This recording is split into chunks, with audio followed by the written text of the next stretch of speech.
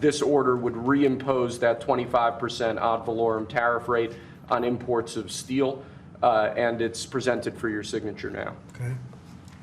Do you understand what that means? It's a big deal.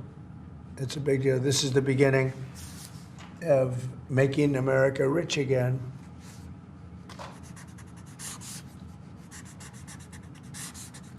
So with respect to aluminum, similarly to steel, since 2018, a large number of exceptions and exemptions have been added into the law. This eliminates all of those and also increases the ad valorem tariff rate from 10 to 25%. Mostly the last part is the most important, right? Would you say? Totally. So basically, this is aluminum, the same thing, no exceptions, no nothing. And it's going to bring our aluminum business back and may go higher. So here we go again. President Trump has threatened too much of the world and has promised too much of America, slapped new tariffs on import of steel and aluminium. This time 25% on each. A serious blow to many countries and to producers around the world, including India, even if India is not the most heavily exposed. Annual aluminium exports from India to the US are currently worth about $1 billion. Steel, about half of that much. So Indian companies that are in this business will be hit quite heavily, and we are talking about companies like Nalco and Hindalco in aluminium, and in steel we're talking about companies like Tata Steel and JSW Steel. This now is going to dent their profits and hit their sales, and this is not the first time that this has happened, that they are going through this with America and Trump particularly. One cheerless reason that they're not going to be very heavily hit is because they've been hit before.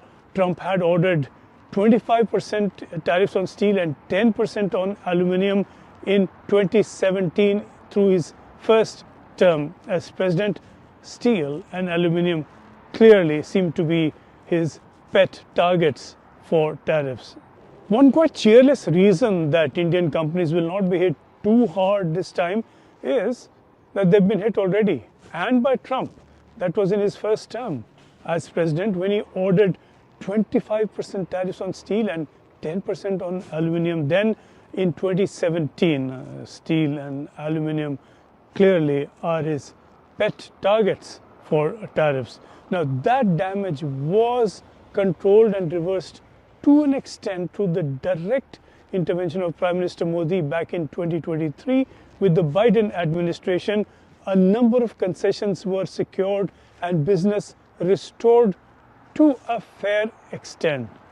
Now Trump has ordered a second round, and Prime Minister Modi will have to start all over again to try and renegotiate in this space and to try and claw back some of the business that Indian companies are due to lose yet again. And this may not be the worst of it.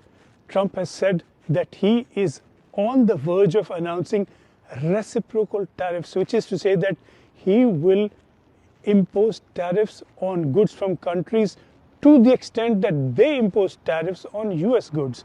And given that India has a high level of tariffs, this could disrupt business with the US far more and far more heavily than with steel and aluminium.